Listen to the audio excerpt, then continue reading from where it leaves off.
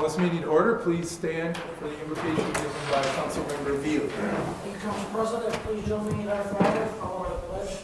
Our Father, who art in heaven, hallowed be thy name. Thy kingdom come, thy will be done, on earth as it is in heaven. Give us this day our daily bread, and forgive us our trespasses. We forgive those who trespass against us. And lead us not into temptation, but deliver us from evil. pledge Allegiance to the flag of the United States of America, and to the republic for which it stands, one nation, under God, indivisible, with liberty and justice for all.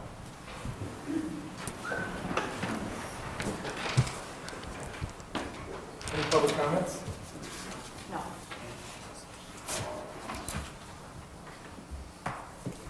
Communications? Just one, Notre Dame High School submitted their application for a 5K run walk on Saturday, March 11th from 10 a.m. to noon. This would be starting and ending at Notre Dame High School. Any questions or concerns on that? No. I have comments, I'll just give it to the clerk, but it was from it was emailed to me from Mr. Masters and his concerns about the budget and tax assessments, so. We all got a copy of it? Yes. Yeah. Okay. The next city council meeting will be held Monday, March 13th, 2023, 7 p.m., City Hall, Council Boardroom, second floor, City Center. We have 3 public hearings tonight. Can I get a motion to open the first public hearing in reference to overriding the tax cap? Mr. Richmond, seconded by Mr. Bayakowski. Call the roll, please. Councilmember Richmond, Yes. Bayakowski. Yes. Jankowski. Yes. Beely. Yes. McGinnis. Yes. Briggs. Yes. Schmidt. Yes. Is there anyone signed up to speak? There is not. Is anyone like to speak that didn't get a chance to sign up on the issue of the tax cap override? Motion to close the public hearing? Mr. McGinnis? Seconded by Mr. Veely. Call the roll, please. Councilmember McGinnis. Yes. Briggs. Yes. Schmidt. Yes. Richmond. Yes. Bayakowski. Yes. Jankowski. Yes. Veely. Yes. Second public hearing to adopt the 23-24 budget ordinance. Motion to open that public hearing. Mr. Veely. Seconded by Ms. Briggs. Call the roll, please. Councilmember Veely. Yes. McGinnis. Yes. Briggs. Yes. Schmidt. Yes. Richmond. Yes. Bayakowski. Yes. Jankowski. Yes. Is there anyone signed up to speak for the 23-24 budget? There is not. Does anyone like to speak on the 23-24 budget and didn't sign up? Okay. Motion to close the public hearing. Mr. McGinnis. Seconded by Mr. Richmond. Call the roll, please. Councilmember McGinnis. Yes. Briggs. Yes. Schmidt. Yes. Richmond. Yes. Bayakowski. Yes. Jankowski. Yes. Veely. Yes. The third public hearing is for the local law to establish new water rates, meter fees, and capital improvement fee. Motion to open that public hearing. Mr. McGinnis. Seconded by Mr. Richmond. Call the roll, please. Councilmember McGinnis. Yes. Briggs. Yes. Schmidt. Yes. Richmond. Yes. Bayakowski. Yes. Jankowski. Yes. Veely. Yes. Anyone signed up to speak for the capital improvement and meter fees? No. Anyone like to speak on the meter fees and capital improvement that didn't get a chance to sign up? Okay, motion to close the public hearing. Ms. Schmidt? Seconded by Ms. Briggs. Call the roll, please. Councilmember Schmidt. Yes. Richmond. Yes. Bayakowski. Yes. Jankowski, Yes. Bailey, Yes. McGinnis, Yes. Briggs. Yes. Resolution to oppose New York Housing Compact, New York State budget. Mr. Richmond, would you like to explain that to us? Thank you, Council President. I move a resolution to oppose New York Housing Compact with the New York State budget so that the state can come in and decide what our zoning laws are. Okay, anyone have any comments on that? Mr. Baker? Yeah, I'd like to see a couple paragraphs deleted. One, paragraph says the city of Batavia supports the governor's goal of increasing housing supplies for New York State, but municipalities should not be ignored, because I'm just concerned some of this will be taken out of context. They'll just say, well, the city of Batavia says they support it. And the other thing is the city of Batavia will continue to make significant investments in housing development to combat the New York State housing crisis. You know, how much of an investment are we going to make? Over what period of time? Do we even have land to build more housing?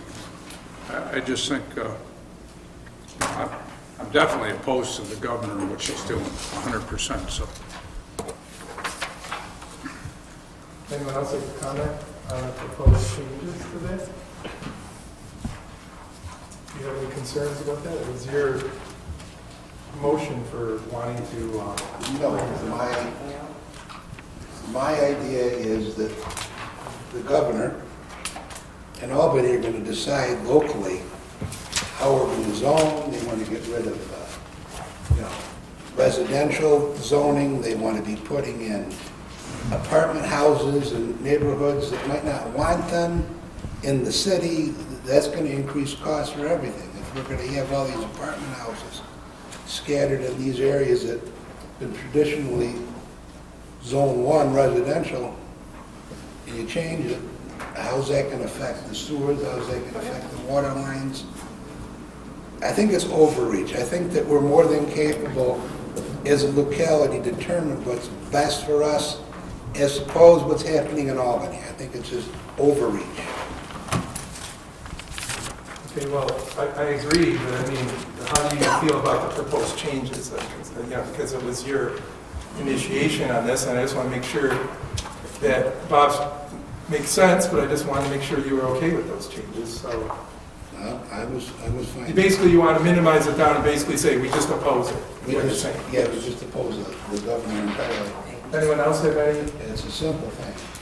Rachel, do you feel any problems with that? I don't. My only thought was that we have been working with a committee from the BDC on housing, and we have identified sites.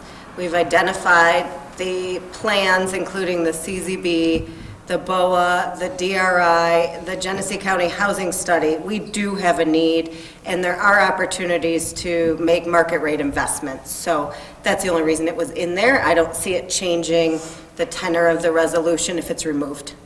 yeah, I don't have a problem with all that, but that's our decisions, local Correct. decisions. We'll decide. I don't want somebody in Albany saying, well, see, the city of Batavia supports us. It says right here. Yeah, I kind of I don't thought trust that too, but I didn't, Rich wrote the kind of the resolution, and I didn't want to, make a change on that without talking to you. Now that Bob brought up, I kind of agree with that. I mean, I'm opposed to this governor's overreach as well, and the simpler and the more precise way we say that, I think is the best way to go. I do support having incentives for market rate housing so that we can capitalize on those incentives for developers, whereas by now, some of the costs to get in and build new residential units, whether they're condos, single-family homes, mini homes, or apartments, it's just not attainable in this market. So there are good pieces of the legislation, the incentive side of it, I would definitely have council consider supporting. But the other pieces to give municipalities goals that they must reach is very difficult, especially when some municipalities don't have the infrastructure to even put in new types of housing. So that can be problematic, especially in upstate. So it's an issue being discussed all over the state, especially in Long Island. in New York City and other upstate communities that may not want to change what they have or add any new residential at all. Well, and let's be clear, when they talk about the city developing, we're not developing anything. This is, I would like to see us more encouraging private development of housing, and then again, That's correct. help It's them not the city get those. developing Yeah, housing. so as a city, we're not going to be doing that development. I would hope that we want to keep an environment open for private individuals to make these developments, but then with our zoning coverage to make sure they go in the proper areas and not squeezing them in the middle of a residential area where they would cause problems and create the donut hole zoning that we're trying to avoid, where you create a zone in the middle of another zone, and that's not really a way to do it. So I'm all for that. I agree, and then I think there's a lot of other concerns. For example, let's say the state says, okay, the city of Batavia, you have 6 years to build 2,000 units. Where are we going to build them? Where's the empty land? Oh, simple solution, let's go up higher. Then the fire chief's going to be in here saying, we have a real problem. Our ladder truck only goes so many stories, and beyond that, we're going to have a problem. So there's a lot more to all this than somebody in Albany just making these proclamations. So. Yeah. I was at the NICOM conference, and the chair of the New York State Senate Local Government Committee and the chair of the Assembly Local Government Committee both spoke in opposition of this proposal. So my guess is that there will be many different amendments to this. And if it actually stays in the budget till the end, I'd be surprised. It may come as a separate piece of legislation. But at this point, as far as I understand it, it is baked into the governor's proposed budget. And it's important that we let the governor know officially how we feel. I mean, Correct. otherwise, then we're not on record as saying anything. So I think it's a good idea. I just want to make sure we use the right wording. Are you okay with the amendment as made? And everyone else okay with that? Yeah. So are we in favor to move that? Eric wants I just want to make sure we have it right. Councilperson Bayakowski, what was the first whereas that you wanted stricken? The one that says the city of Batavia supports the governor's goal of increasing the housing. That paragraph, then go down 3 paragraphs from there. The city of Batavia will continue to make significant investments in housing development. Okay, so you guys got that? So are we in consensus to move that to the business meeting for a vote? Yes. Okay, that gets moved.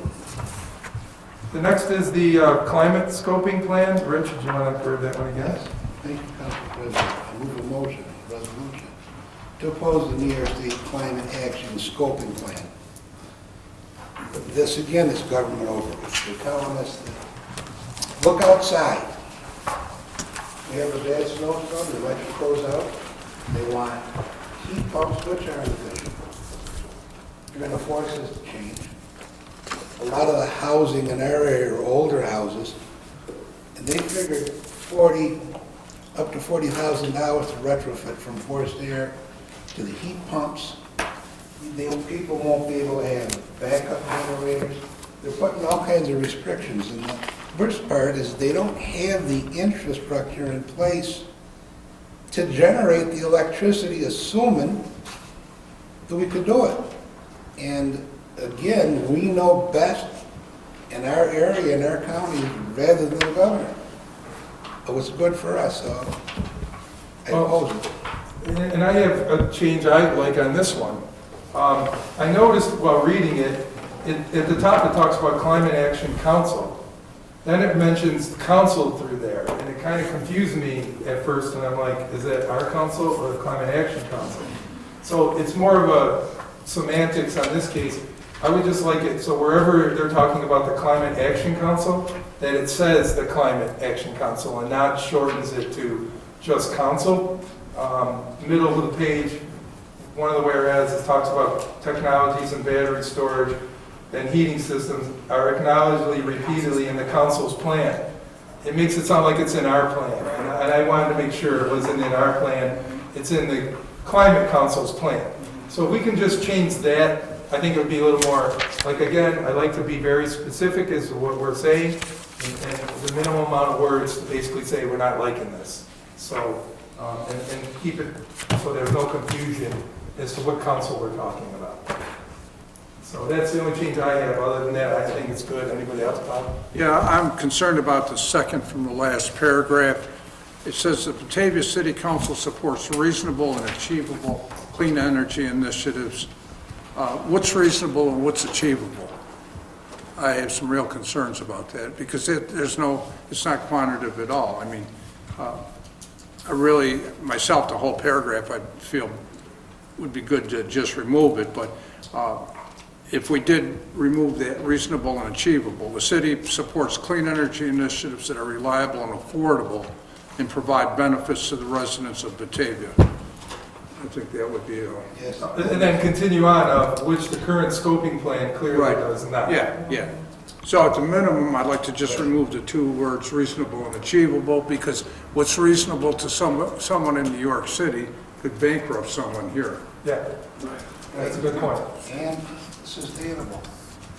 Their plan is not sustainable. They don't have an infrastructure to do it. So you want to add reasonable, sustainable, and affordable? Yes. All good points. Anyone else want to make any additions or any comments on it? Can I read that back? Yes, please. Now therefore be it resolved that the Batavia City Council supports reasonable clean energy initiatives. I'd like to move achievable also. Oh, we removed that. Somebody just said reasonable. Sorry. The Batavia City Council supports clean energy initiatives that are reliable and affordable. Reliable, sustainable, and affordable. Sustainable. There we go. Thank you. Reliable, sustainable, and affordable, and reasonable and achievable. Are removed. Okay. Thank Anything's you. achievable if you have $10 million to spend on one little heat pump. I mean, we're talking reasonable and affordable too. So, anything else we'd like to add to that? Any other discussion on that? So are we in consensus to move that to the business meeting? Yes. Okay, that gets moved. Local law overriding the tax cap for the budget fiscal year, April 1st, 2023. Rachel, did you want to just remind us? I will. Thank you, Council President. So attached you have the resolution to approve the local law to override the tax cap limit for the budget fiscal year commencing on April 1st, 2023. According to New York State property tax cap legislation, if a government decides to adopt a budget with a property tax levy that exceeds the level set by the state, the government must pass a local law to override the tax cap. The city's proposed property tax rate included in the manager's budget is $8.94 per thousand, which is the same as last year. The total general fund budget balances revenue and expenses at $19.4 million. The proposed tax rate continues to be lower than the rate since 2007-2008. As I presented in my presentation, we've had historic price increases and inflation. Also, retirement and health care is up. We've gone through the full budget presentation, but I'm happy to answer any questions at this time if council has any. Anyone have any concerns or anything you'd like to say? Yeah, I've heard from many constituents that have serious concerns over this, so I don't support it. And it's about all I can say about it, you know. So I understand what we're faced with, but if we run short, then we'll have to learn to live with it, just like the average homeowner does. You know, people are really concerned about their taxes. Thank you. Anyone else?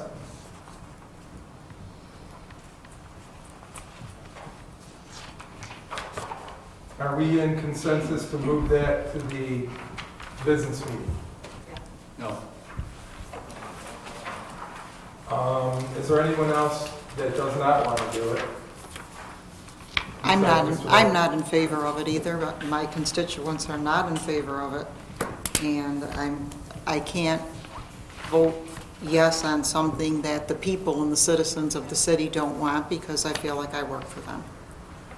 Well, and that's very admirable, and I would ask a question then. If you had complaints from citizens, which I did not until tonight, I did get a complaint from Mr. Masters, and it was on my desk here. Why wasn't any amendments made or attempts to made to address those concerns during the budget process? mean, that we had a month to do this, and if somebody notified me as their representative, I would have came to the group and said, I have people concerned about this specific part of the budget, and they don't like this part. Is there any way we could reduce that, or what would it cost to reduce that? And we had plenty of time to have those questions answered, and then take a roll call vote, you know, an informal show of hands kind of thing as who wanted to leave it in the budget or not, and what the ramifications were. As I understand it from my research, if we were to make the tax cap, we would leave ourselves in financial stress. We'd be taking money out of necessary savings accounts to cover the cost. Rachel, can you remind me again, when the auditors come every year, what they talk about in reference to our fiscal responsibility and our financial situation? Can you kind of remind me of that? That happened just recently in September, if I'm not mistaken? Yes. 2022, and we have 2 council members who sit on that committee. So, and just to clarify, if we were to not exceed the tax cap, we'd need to achieve a cut of $456,339 in the present budget, just so everyone's aware of what number we'd need to reach. When the auditors come, they do talk to us about, and in fact, Councilmember Bayakowski and Schmidt are on, or were on the audit committee for last year. They talked to us about our fund balance and keeping it healthy. We have a policy to keep the fund balance between 15 and 25%. This year, we were able to achieve a fund balance at 17.5%. Roughly, you need at least 2 full months of operating expenses in your fund balance to be considered healthy.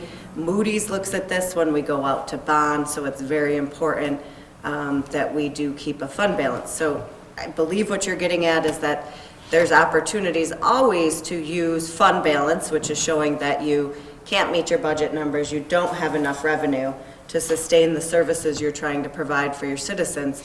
And in this case, I wouldn't recommend utilizing fund balance just so we don't exceed the tax cap. Did that answer the question? Yeah. Okay. So, and the other hand of it, you're basically saying that we're fiscally responsible to independent auditors, and we have been for the last, as long as I can remember, we've always received good reports from them. And now that we have a new company, I forget their name. Drescher and Malecki, yes. Malecki, right. They're a totally new independent agency that we Yes. have never really dealt with before, and they had a first chance to look at our books as of recently. And they're coming up with pretty much the same thing we've heard each year with, we're doing a good job, basically. We're in We good have shape. reasonable and sound financial planning. Okay. And they're not talking about surpluses or exorbitant amount of money that we probably should. Absolutely not. In fact, they'd like us to build our fund balance still. Right. As does council setting the policy of the 25% we'd like to achieve. And that became very evident during COVID, when state revenue was reduced by 20%, sales tax was down, and we were in a position where we thought we'd have a really disastrous year. It didn't turn out that way, but it certainly was very scary from a financial perspective. Right, right. And I'm not happy with the inflation. I'm not happy with everything is going crazy in cost. And I've had a chance to meet with a lot of the department heads. I do this every year. And it's about as lean as I believe we can get it and still provide the public safety and the services people expect for living in this community, and they have certain expectations of us being there with police officers and being there with firemen and so on. So I'm not liking the cost. I don't like to exceed the tax cap, but I think we have a balanced budget that is a balance between necessary public safety and services that people are accustomed to, as well as trying to keep it as reasonable as possible. And I do understand that the assessments were a difficult time for everyone, including myself. My house went up $30,000 in 2 assessments, 15 a year, and that was very difficult. But I also understand the dedication and the services that I get, and I call for an emergency, and I know there's someone there in minutes. So I guess I'm not happy, but it's unfortunate, but that's where we're at this point. Gino, let me just, if I could just add, our position, I think, as a board, in the way that we react to things right now goes back to COVID, and I hate to use COVID as an excuse, and I'm not using COVID as an excuse. I'm using it as a calendar marker. When COVID hit and we found ourselves faced with very uncertain financial times for the city of Batavia after we've been so successful for so many years, maintaining a good solid financial base, getting rewarded, rewarded for it. And if I remember right, we as a board, although Tammy wasn't here at the time, I don't think, but we as a board decided, you know what, we just have to react to the environment as it happens to us. So we're going to do it on a year-to-year basis. Yes, we have to look down the road as we always have, but we need to survive on a year-to-year basis right now, just like many municipalities are in that same position that we're in. And if I remember right, we all kind of casually agreed that, yeah, we'll take this thing a year at a time until we start to get out of the, get into the clearing a little bit. Well, we're not in the clearing yet. We are all very opposed, I think, to overriding the tax cap. I certainly don't want to have to do it. I hate doing that. But when it means that we can still continue to provide all the services, like you say, that we have grown accustomed to having provided for us as taxpayers, and our only choice is either to drain funds that we shouldn't really be draining, that we've worked so hard to build up, or override the tax cap, which is nothing that any one of us put into place. That's our state that has required that of us. This is one of those years. We're still not in the clearing yet, and those are I think that was the only decision that was a viable decision. And I'm not happy with it either, but when your city manager comes to you, and she's the person that we hired to do this job, when she comes to you and says, this is my recommendation, and she doesn't like it either, but this is her recommendation because it's the only way out, and get us through this next budget year, then we do it. We're not happy about it. The citizens aren't happy about overriding the tax cap, but I'm sure that they're at least happy that we are maintaining the same tax rate that we've had last year, so the taxes aren't going up in the tax rate. Yes, I still have constituents say, yeah, but my assessment went up. So did mine, so did yours. I get that, but at least we're maintaining the tax rate. And as a board, I feel pretty proud to say that, you know what, we've maintained, out of everything that's happened since COVID, we've maintained the tax rate. We haven't increased the taxes. Yes, your assessments have gone up, but that wasn't our choice to do that either. That again goes back to the state. So I just want to say as a board, I think that, we should all keep our heads up high, and I agree with you, Gino.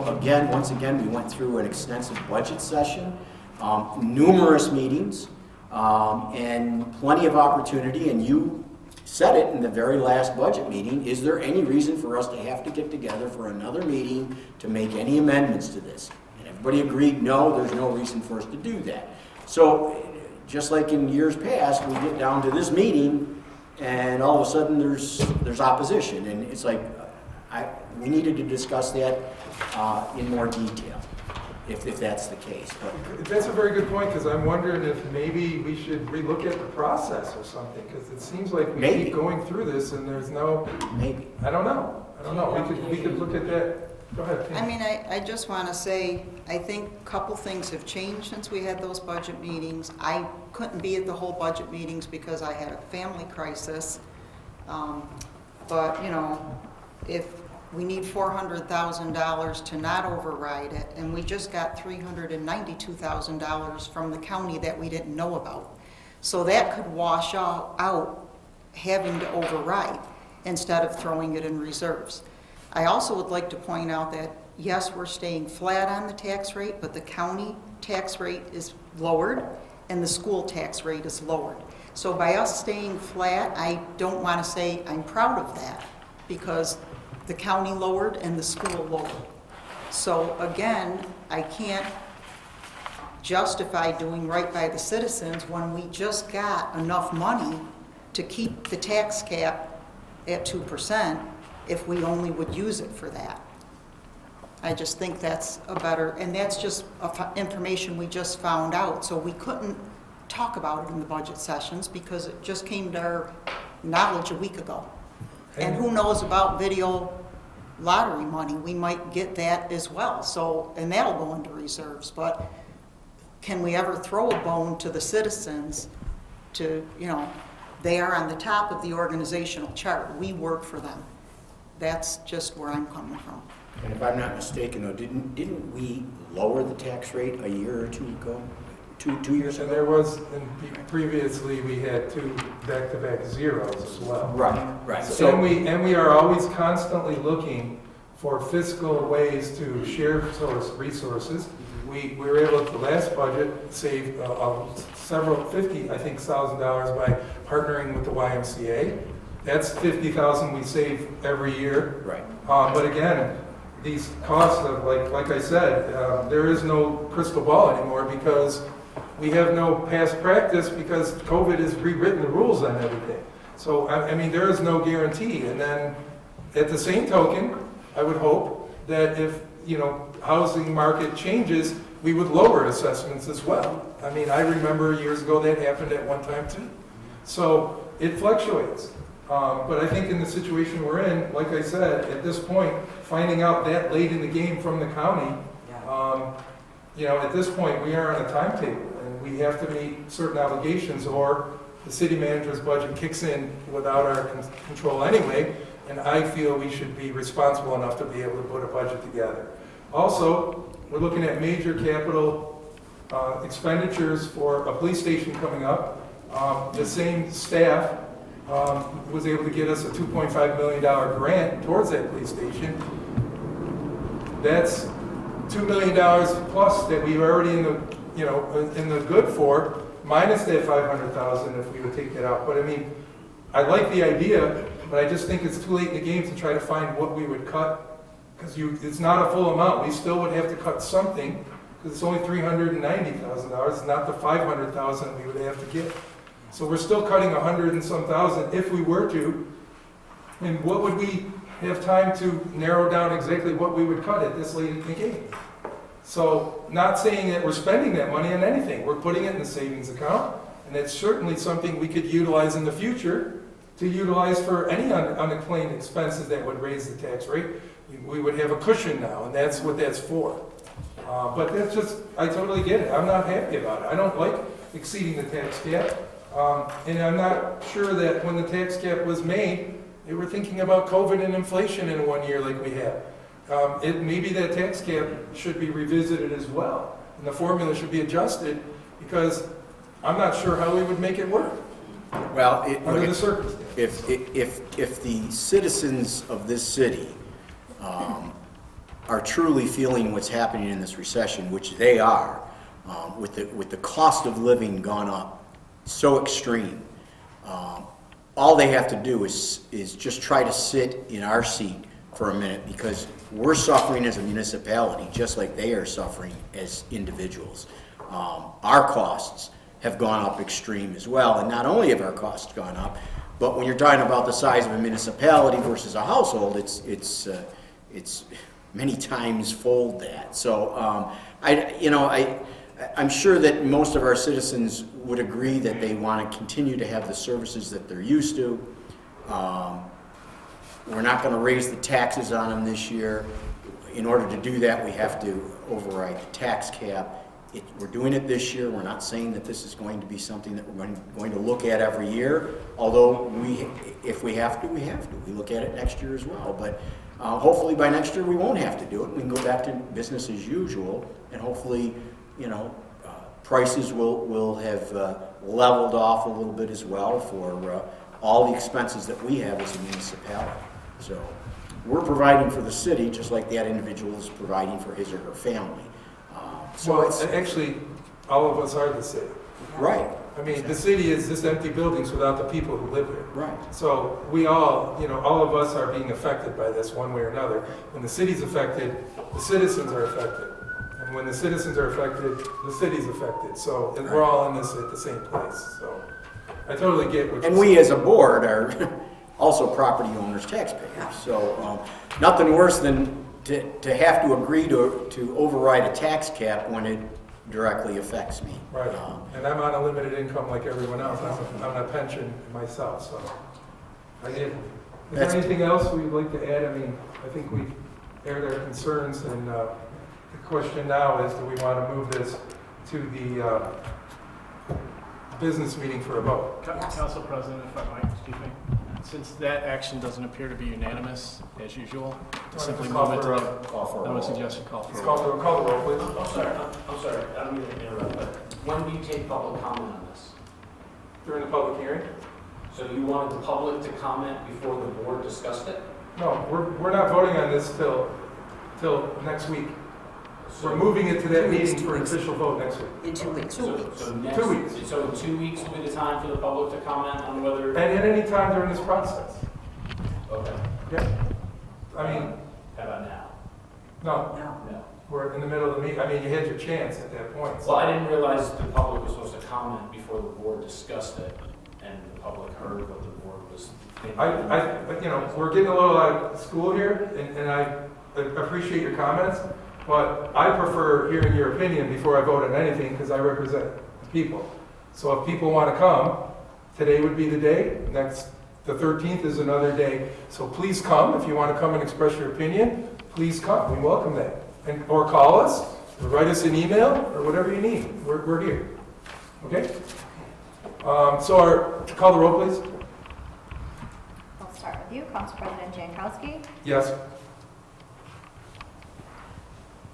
Councilmember Veely? Yes. Canali? Yes. McGinnis? Yes. Briggs? Yes. Schmidt? No. Richmond? Yes. Bayakowski? No. Okay, that moves to the business meeting for a vote. The fiscal year 23-24 budget ordinance. Any questions or concerns on that? Can I just note the one-time revenue that is coming from the county? Our auditors, we certainly discuss revenues like this when they come in, and it's been their standard recommendation that I've learned through the years, never to use a one-time revenue to fill a budget gap, because next year we could be down twice as hard and overriding the tax cap at a much larger amount and actually raising the tax rate. So I'd just like to clarify why fiscally most economists wouldn't recommend that you use those funds. However, I do understand the timing of those funds, and that it seems like that would be extremely helpful, and it would lower our tax rate, but we'd also be stuck in the exact same position next year when those funds weren't granted to us. So it would be the similar situation when the governor pulled the VLT money out of the budget next year. So as much as I understand the discussion, I'm a city resident too. Overriding the tax cap is not comfortable to present to you. I don't take any satisfaction in doing so, but I do feel that this is the best course of action for the city fiscally this year. Thank you. We have discussed that. Like you said, we never know if we're going to get that VLT money. We never know. So that it's great that we shouldn't be doing that. The 1 year we counted on it was the first year we did that, they took it away. Exactly. And they gave us the first day of budget workshop, they said, we're not getting it. So we had to cancel the budget session, reschedule everything, and go back and give a week to the manager at the time to try to figure out how we're going to find this deficit. So we made a deal then, I think amongst ourselves, that we're not going to use that money ever again because we can't rely on that. A one-time thing, that's right. The one time we tried to rely on it, we got really burned hard. So, and that was a surprise, and that was the other time we exceeded the tax cap, and that was very unpleasant because we had it down, we had a budget, we weren't exceeding it, and then we got surprised. And then we ended up giving it back to us a few months later, which if I'd have known that, we could have carried the day, but we didn't. So we ended up going through all that for basically nothing, and it was unpleasant. But it's our job, that's what we do, so we have to work it out. But we got to spend quality time together. There you go. That's good. Any other questions on the budget ordinance? So are we in consensus to move the budget ordinance to the business meeting for a vote? Mr. President, I agree with what you said. I think we need to change the process. For one thing, we sit in a workshop. We're all looking at the budget. It's always overwhelming. Someone gets up and explains why, and then you say, okay, is everybody in consensus to move? I think we should have a meeting 2 weeks later where people can go home, digest things. Like myself personally, I'm against the bump raises and some other items. Have a chance to discuss it, then meet, and then make our budget amendments. Because once something's in the budget, we don't ever vote on it again. If it's in the budget, you say, well, you approved the budget, you approved that, so Yeah, there right. you go. No, and that's my point. I'm willing to try a new method if we feel that we're somehow going through this same process where there's a last minute buyer's remorse or whatever you want to call it, a last minute concern. There should be a process for that within the time frame. But we had that. We had a third meeting that we could have, I asked like 3 times to the point of people kind of getting agitated with me saying, we already said we don't need a meeting, move on. And I'm like, all right, we'll end this meeting. So we have time to think about it. So next year, when the holiday season comes upon us, we should start thinking about how we want to conduct the budget process. We want to do it the same way with some changes. Start thinking about it now. We'll start keeping notes and bring it up. Look at other places, see how they do it. Maybe we can change some things. I'm willing to look at anything to make it a better process and to save the taxpayers as much money as possible. Well, it's a very simple solution to that, not to get off track, but a very simple solution that we can all start to think about and consider is that third budget session that we always just leave there in case we need it. Let's put it in. Let's put it in the schedule and say, okay, we're going to meet that night. And that's the night that if you've had a week to go home or whatever and digest this whole budget book that just got dumped in your lap, now make some notes. We're going to come back that night, and that's going to be the final night. That's the night that we're going to make recommendations to our manager and to the department heads and say, we like this, we don't like that. See if you can do something. Right. I mean, there might be an opportunity where that could come in handy, so I can't see why we wouldn't do this. Why not? Use that final night that we had on our schedule, and we all just get together that night, and if there's amendments that need to be made, that's the night. And if not, then we use that session. Yeah, we can talk about the budget in other ways if we need to. I'm all for it, but that's at a later time. At this point, what we have on our agenda is to move the budget ordinance to the business meeting. Yeah. Is everyone in favor of that? Well, you better take a vote. Anyone not in favor of that? That we need to take a vote? Okay, so all in favor of moving that to the business meeting, that gets moved. The meter rate, water rate, meter fees and capital improvement fee. Rachel, do you want to remind us about that again? Sure. The total water fund budget for the 23-24 year is $5.8 million. It's about a $500,000 increase from last year, mainly due to the increase in prices of chemicals. There was massive rate hikes across all different chemicals for the water plant and the wastewater plant. Also, as a reminder, we've had presentations on this. We can always have Stephen Wadvogel go back. We do a strategic water rate and capital plan. We've done it since 2015. We update it every single year. We try to anticipate what projects we will need to do, how we will finance them, if we go after grants, if we bond them, if we will be paying through our reserve funds. So the water rate and the increase reflects what we will need to achieve our goals in what we need to invest in the pipes in the ground. So the typical city water and sewer bill combined annually for a household with 4 residents is $898. And the meter fee increase is 30 cents or 5% this year.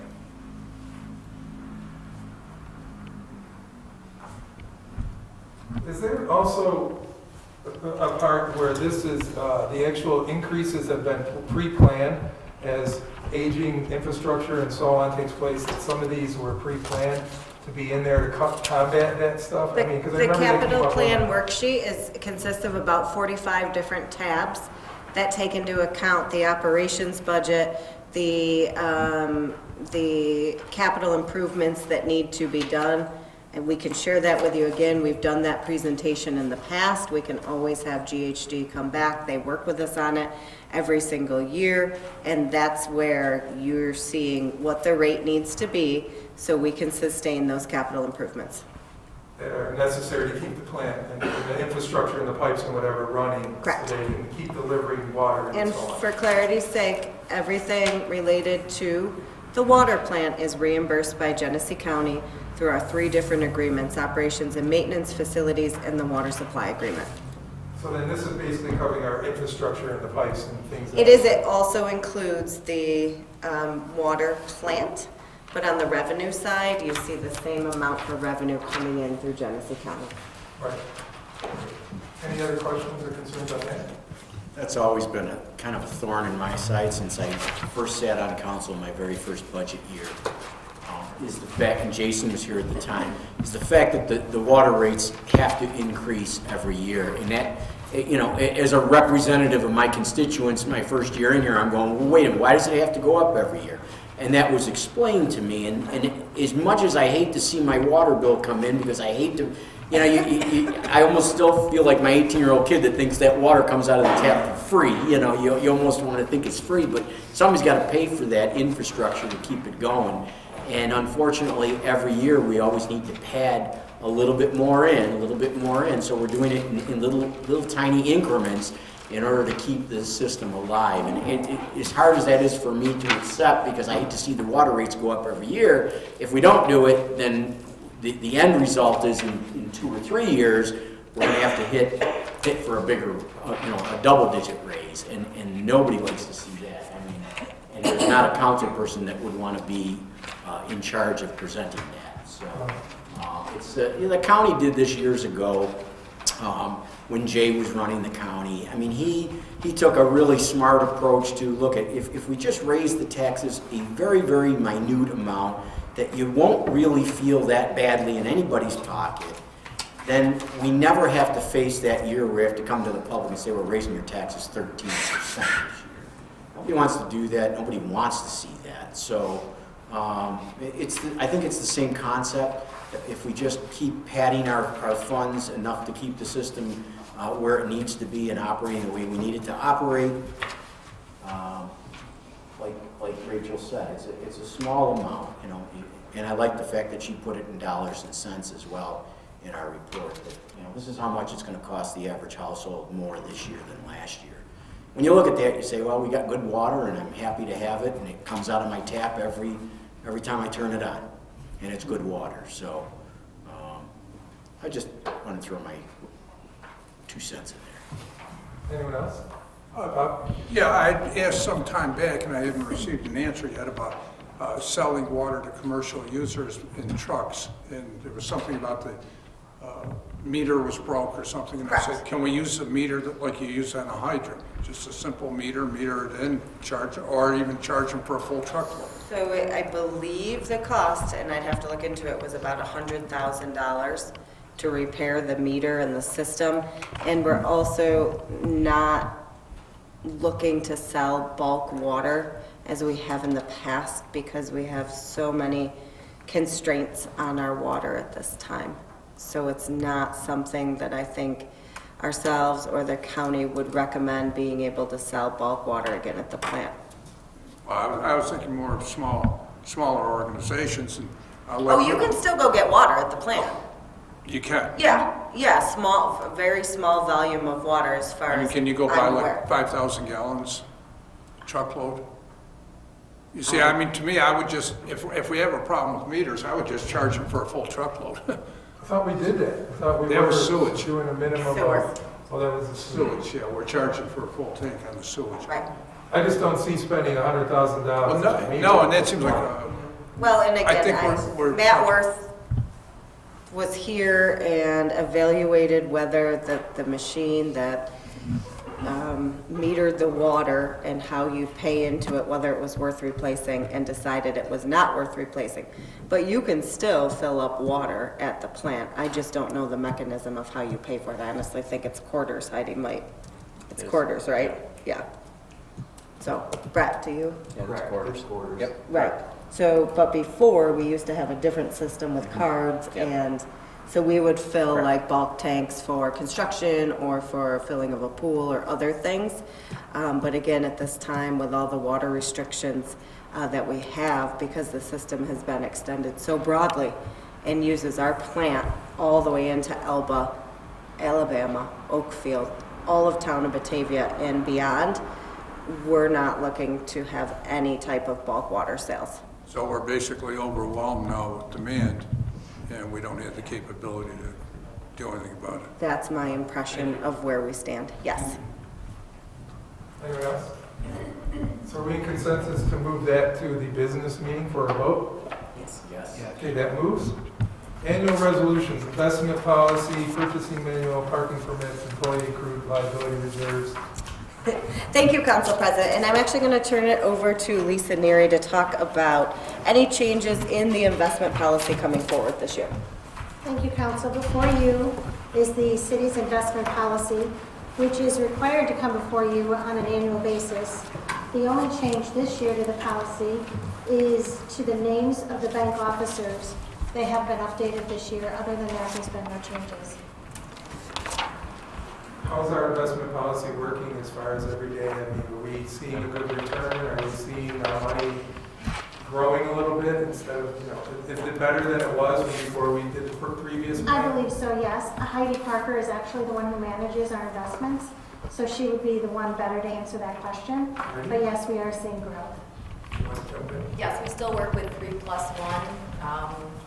They work with us at any point, and as CDs become due, they, if there's better rates out there for us, they suggest, where to go. We've done U.S. Treasuries, which is new, CDARs, CDs, increasing just our ICS accounts at the local banks, just our general money markets and that sort of thing. So, yes, the rates have been great, and we're doing well. And they're a big help. They're worth the continued absolutely. investment in them? Absolutely. Okay. And the next one or continue, or whatever? Yes. If there's no questions, I'll continue. Anybody have a question on the investment policy? Okay, go ahead. Also before you is the purchasing manual, which is required to come before you also on an annual basis. The changes that we made this year include the removal of any references to KDS and to requisitions. And we've added references to our New World software, which is what we're using now for purchasing. In addition, we have added rent to Chapter 19, which is the list of items where a purchase order is not required, because it's not reasonable to expect to get 3 quotes when you're paying a rent payment to someone. So that has been added. In addition to that, we updated our travel allowance amounts from $8 for breakfast, $15 for lunch, and $20 for dinner. That's been updated to $15 breakfast, $20 lunch, and $35 dinner. Those old thresholds have been set since 2014 and have never been updated since I've been here, so we felt this was a good time to update those and make it more reasonable allowance when you travel. Lastly is the list of individuals who are responsible to purchase. That gets updated every year as personnel change. Any questions on that? Yeah, I have a question, a couple questions on the established credit account vendors in like Batavia Restaurant Supply, Tops, Walmart. What do we buy from Restaurant Supply, for example? Why would we need credit with them? I can't think of anything right off the top of my head. I'd have to go back through our records to see what it is that we have with them. These vendors are on there to encourage people to use them versus establishing an account with a different vendor, since we've already gone through the process of creating an account there. Okay, but do we have to have credit with them to do business with them? Well, oftentimes, if, for instance, I think is there a pizza place on there? Or there might be a place, I think, is it Guy's Lumber, where at any time the Bureau of Maintenance needs to go for a part.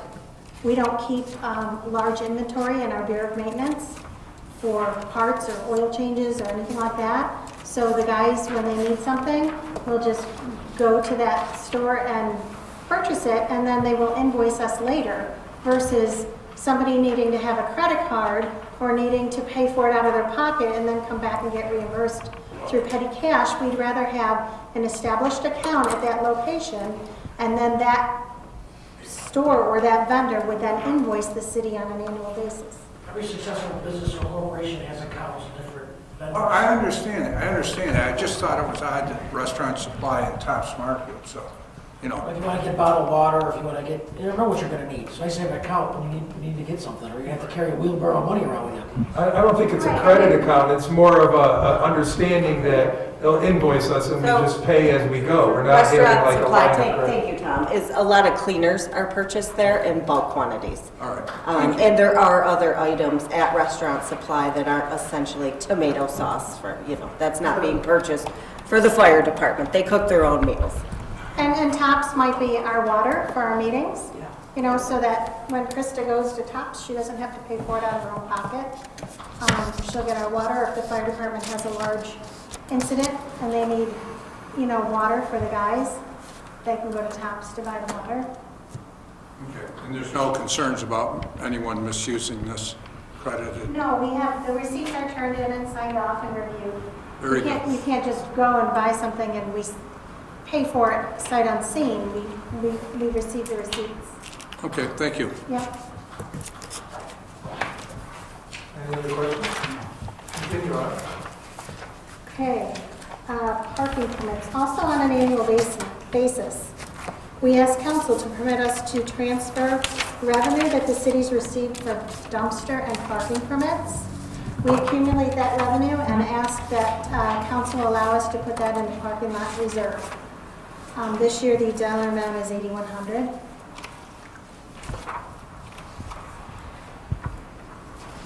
Any questions on that? Okay. Anything else you'd like to add? Well, I was going to go on to the employee accrued liability reserve. You go ahead. So this is funding for retirements. We don't budget for retirements because we don't normally, it's not reasonable to know what that kind of expense is going to be at budget time. So at the end of the year, we ask council if we can use compensated absence, or the formal name is employee accrued liability reserve, to offset the expense for any retirements the city had. So this year we've had 3 retirements from the general fund, and the total expense was $73,316.31. So we're asking council if we can use reserves and transfer that into the operating fund to reimburse for those costs. This is, as I recall, this is normally done around this time of year. It's an anyway. annual It's an annual To resolution. get everything, because we're going into the new year pretty soon, and then we'll start that process all over. Yep. So any questions on that? Okay, so are you done? Okay, so I want to make sure you didn't have anything more to add. Are we in consensus to move that whole annual resolutions, which are 4 separate individual resolutions, to the business meeting for a vote? Yes. Yes. Okay. That gets moved. Capital asset policy and lease policy resolutions. So, I was just going to say, I'm going to hand it to Lisa, but just as those who are on the audit committee remember, our auditors had requested that we create a capital asset policy and a lease policy through a GASB 87. We're probably one of the first, if not the first, municipality to get our lease policy up and running. So kudos to you, Lisa, and I'll let you explain it from there. Well, you pretty much covered it, Rich. But basically, the capital asset policy is going to explain what work needs to be done by the Finance Bureau as it relates to capital assets. It's nothing different than what we've always normally done. The auditors just wanted it documented, especially our thresholds that we use for depreciating items. The lease policy, on the other hand, that was a little bit more difficult to put together because, as Rachel said, I couldn't find an example of one anywhere in the state, and actually had to reach out to other states. But again, Drescher and Malecki required that we have a lease policy in writing for the implementation of GASB 87. This will provide them with direction on how to account for our leases when it comes time for the audit. So we wanted those two policies in place before we completed the fiscal year, and therefore we won't get a management letter point next year for not having them. Any questions on that? Are we in consensus to move that to the business meeting for a vote? Yes. It gets moved. The Scribner's error The Scribner's error. on the folding machine. If you want to cover that, Rachel, please. Sure, I will. I'll give Lisa a break. When we first came to council, there was an error in the amount of the resolution to purchase the Pitney Bowes folding machine, which is now purchased and in place. As Lisa goes through the end of the year financial time, it's a very busy time for her, starting a new budget and ending an old. We noticed the error, so we'd like to correct that and ask for appropriated administrative reserves of an extra $360. So basically, the 8 and the 4 got transposed, and it looked like 6,480 instead of 684. So, or 648. So I got it. So that's the difference, right? Correct. Okay. Any questions on that?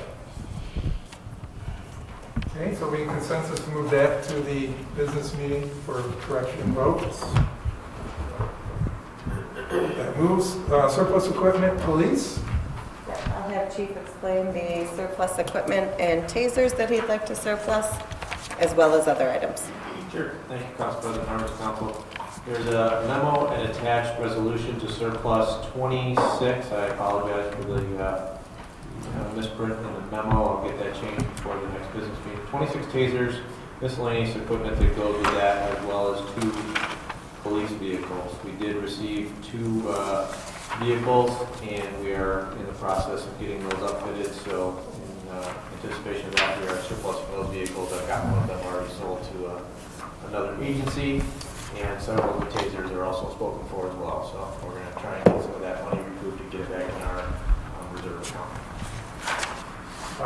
Is there a limit on who can buy the tasers? How do you dispose of them? How do They're you sold sell to them? law enforcement only. Okay. And the other question I have on the 2017 Interceptor, how many miles were on that? I'd have to look, but it's over 100,000. Is that low or high compared to other That's ones? high mileage. Okay, the other ones are all under that? The other ones that we currently have on the road are, Yeah. some of them are around there. We do have other ones with lower mileage. The 2013 has, I don't know, 140,000 miles, 120,000 miles on it. So that's a high mileage for a police car in the city to take. Thank you. Any other questions? I have one. Chief, why are we getting rid of those tasers? They're just not effective anymore, or? So if you remember in the budget last year, we upfitted all the officers with the latest technology. So they're currently using the Taser 7. I'm going to look for Mitch real quick. Taser 7? Thank you. Taser 7, which is the newest technology. X26P is the ones that we're surplusing. It was a matter of getting everybody on an updated platform. These are still effective, but they're just not the latest technology. I remember now when we were talking about that, yeah. Thank you. Do they take the same cartridge, Chief, as the new ones, or is this a whole new? This is a whole platform. So you'll be cartridges, everything goes. Yeah, that's the miscellaneous equipment, all the cartridges, we can get rid of those as well. They Yeah, are, because I mean, they're like, what, $30, $40 a piece now? yeah, new ones are. So every time you send one down, or you spend one, it's a $40 bill right there, even in training. Yeah. And it adds up. after a while. Yeah, there's certain training cartridges that we purchase that's better than. Okay, good. Can we build that into the fine that the receiver of the taser gets? We cannot. Good thought. Into the appearance ticket? Okay, any other questions on that? So are we in consensus to move the surplus equipment to the business meeting for a vote? Yes. Yes. Okay. Capital project closeout resolution. I will let Lisa go into detail, but from time to time, we actually have a monthly capital meeting with myself, Brett Frank, Lisa Neary, and staff members to track exactly where our spending is with all of the different capital projects. And once we have received all of the invoices we do go through a process of closing out that capital project. So these are the ones that have received final invoices and we're prepared to close, and I'll let Lisa talk about them. Yeah, so at this time, there's 4 that we want to close effective 3/31/23. All came in as budgeted except for the police station roof. That came in under budget by $9,550.44, which this resolution with your approval would allow us to transfer that amount back to the facility reserves where the original funding came from. We might have more projects to close in the near future, but for now, these are the 4 that we're able to close. Any questions on any of that? So are we in consensus to move that capital project closeout resolution to the business meeting? Yes. Okay, that gets moved. Contract with T.Y. Lin for the Bank and Alva Street Engineering. Yes, as council was aware, probably 7 or 8 months ago, we announced that we did receive a grant from New York State Department of Transportation for Bank and Alva. And I'll let Brett go into the 2 agreements, the one we need with T.Y. Lin and then the New York State DOT approval. Yeah, so the first resolution you have before you is the selection of design professional for the Bank and Elva Street project. It's the Bank and Elva Street traffic calming and streetscape enhancements under the Transportation Alternatives Program. This is a project that will enhance safety on Bank and Elva Street in the city of Batavia by including bump outs, curb extensions, bike lanes, restriping of lanes and on-street parking, new ADA compliant sidewalks, and decorative crosswalks. So we solicited design professionals November 8th to a pre-approved list from New York State DOT. Those were due back December 9th, 2022. A team of city employees, including myself, Michael Ficarella at the time, Eric and Rachel, all took them, reviewed them, scored them, and T.Y. Lin was the design firm that we selected for the project. And you will see a total cost for all design that also includes construction, inspection, and contract administration for a total of $372,870. Any questions on that? Yeah, just for my own traffic calming, is that a fairly new definition or term on? It's newer. Yeah. What's included in the traffic calming portion? Basically, you're going to have bump outs. It's going to be more bike friendly, more crosswalks. You're actually going to narrow the street a touch. So that's kind of what you're going to see there. And that's the idea with the police station. We're going to try to calm the traffic a little bit through measures like that. It's a good idea.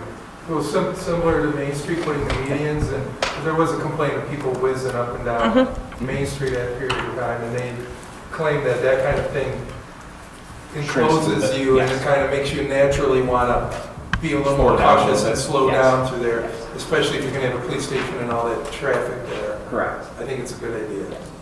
The only concern I have, and I think we'll get into it next, is that it's not going to be done until like 2025. By the time it goes through the extensive process. Going through the New York State DOT. Right, we got this grant last year, now we're doing this year, and then we're going to build it until like it'll be ready for consumption, so to speak, in 25. Correct. Is that like a normal thing, or is that a little? And that is not a definitive timeline. That is the preliminary timeline that we have now, but we've also got a Bank Street water project going in as well. So, I mean, you're going to have that. You're going to have the police station as well. So, we're actually have the same design firm on the 8-inch water line as well. So, I mean, it is something that could potentially be sped along. Then you also probably have to do it in a certain order. I mean, it wouldn't make sense to do all the calming, then dig it all up to put a maintenance plan in there. We'll do police station, water, do the traffic calming, yes. So it'll all be kind of in a step. That's why it's taking, so in a way, it's going to work out. Yeah, exactly. Okay, it made sense. I'm thinking one street, like 3 years to wait, that's a long way to go, you know? Correct. But you raise a very good point, that there'll be a lot of construction in that area, not only on our site, but kitty corner with the YMCA. They've been able to keep their construction pretty much contained at this point, which is good. But there definitely will be some areas that will need to stage equipment, and it'll definitely be a lot more active and busy with the construction in that area in the next 3 to 4 years. Anyone else? Okay, so in consensus to move the T.Y. Lin Engineering Services contract forward to the business meeting for an official vote. So that is moved, and now go ahead with the rest of the. So the next resolution and memo they have before you is an agreement to enter in with New York State DOT that allows for the release of the funding for the project process to begin. It's also a commitment from the city of Batavia to complete the project within the time frame and budget constraints identified in the initial project proposal.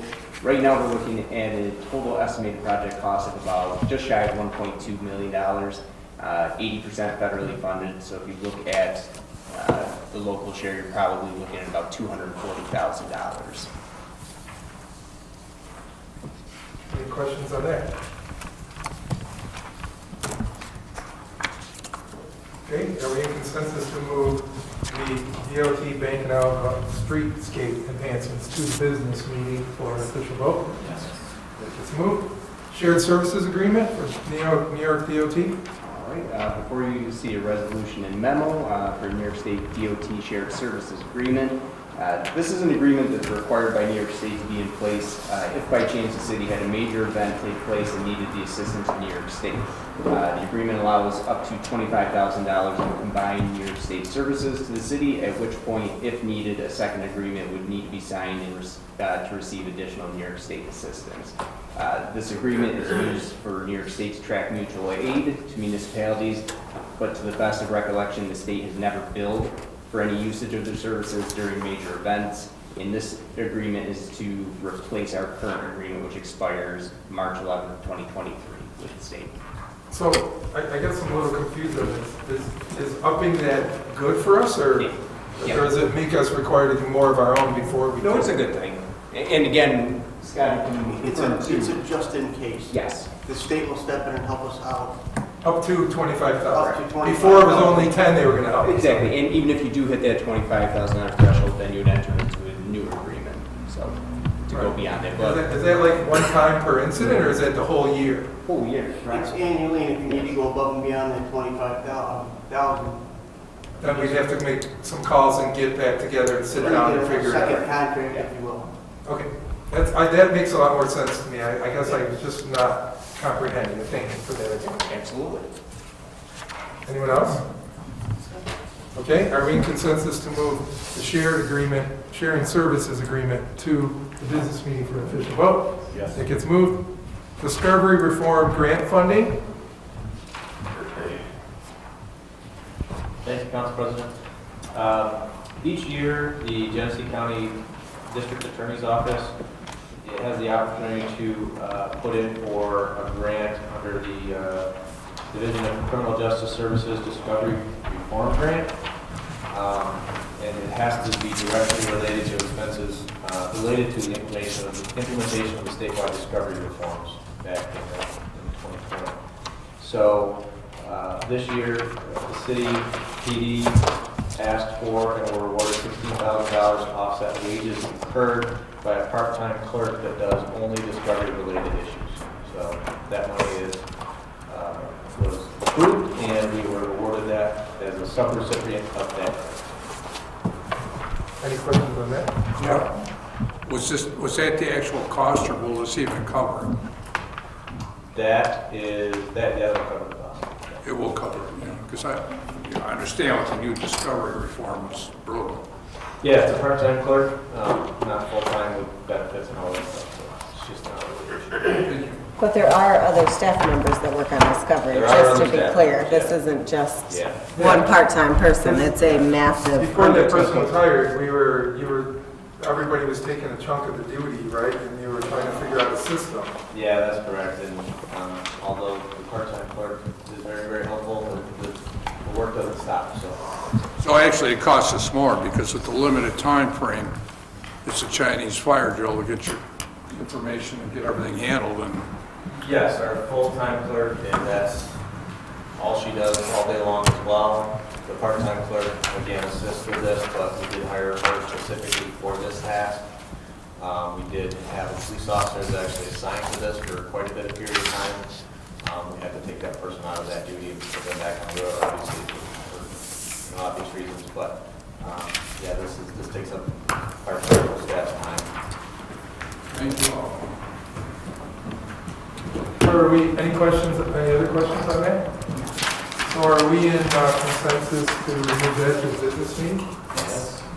Okay, and just to confirm, I don't believe they're ready for the employment matter, so I don't believe there's an executive session tonight, correct? Nope. So we are just going to end the meeting on a normal note. There will be no Just getting executive. ready to read it. Move to adjourn. We'll reserve that back maybe for another time when that becomes necessary, I guess, but we don't need it right now. so. Thank you. To adjourn. Okay, Bob Kwiatkowski moves to adjourn, Second.